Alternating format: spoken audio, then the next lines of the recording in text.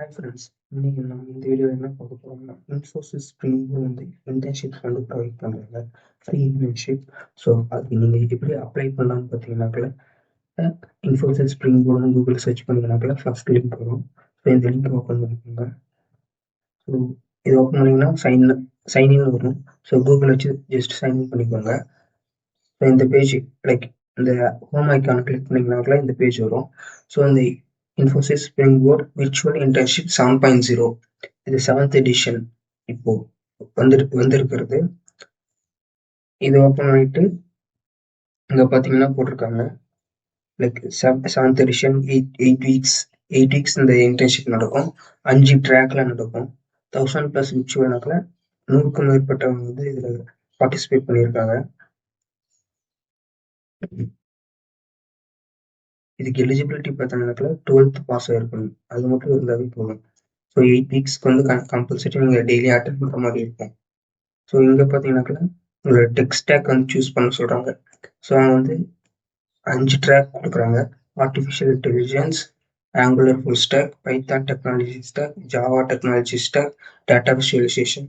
So இது பார்த்தீங்கன்னாக்கல March 31, 2026 முன்னாடி நீங்கள் நாமினேட் பண்ணணும்.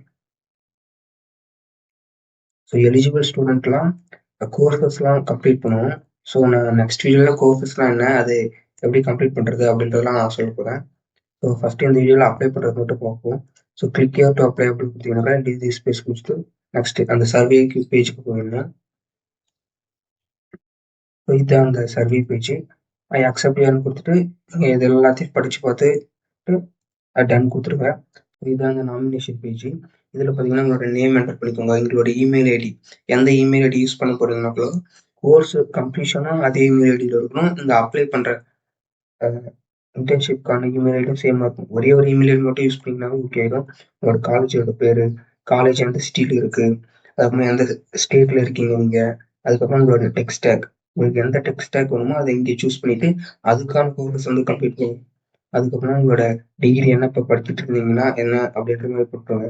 இப்போ சப்போஸ் அதர்ஸ் கொடுத்தீங்கன்னா வேற என்ன பண்ணிட்டு இருக்கீங்க அப்படின்ற மாதிரி போட்டுருங்க. இப்போ கரண்ட் இயர் என்ன, எந்த இயர்ல படிச்சுட்டு இருக்கீங்கன்னு போட்டுருங்க. எப்போ நீங்க கிராஜுவேஷன் ஆகிட்டு வெளியே வருவீங்க அப்படின்றது இதுல சூஸ் பண்ணிருங்க. ஆல்ரெடி நீங்க இந்த ஏதாவது இன்டர்ன்ஷிப்போ இல்லை ப்ரொஃபஷனல் ஒர்க்கோ ஒர்க் பண்றீங்களா அப்படின்ற மாதிரி கேட்பாங்க. நோ கொடுத்துருங்க. இதுக்கு முன்னாடி நீங்க இன்ஃபோசிஸ் ஸ்ப்ரிங் போர்ட் வந்து செலக்ட் ஆயிருக்கலாம்னு கேட்பாங்க.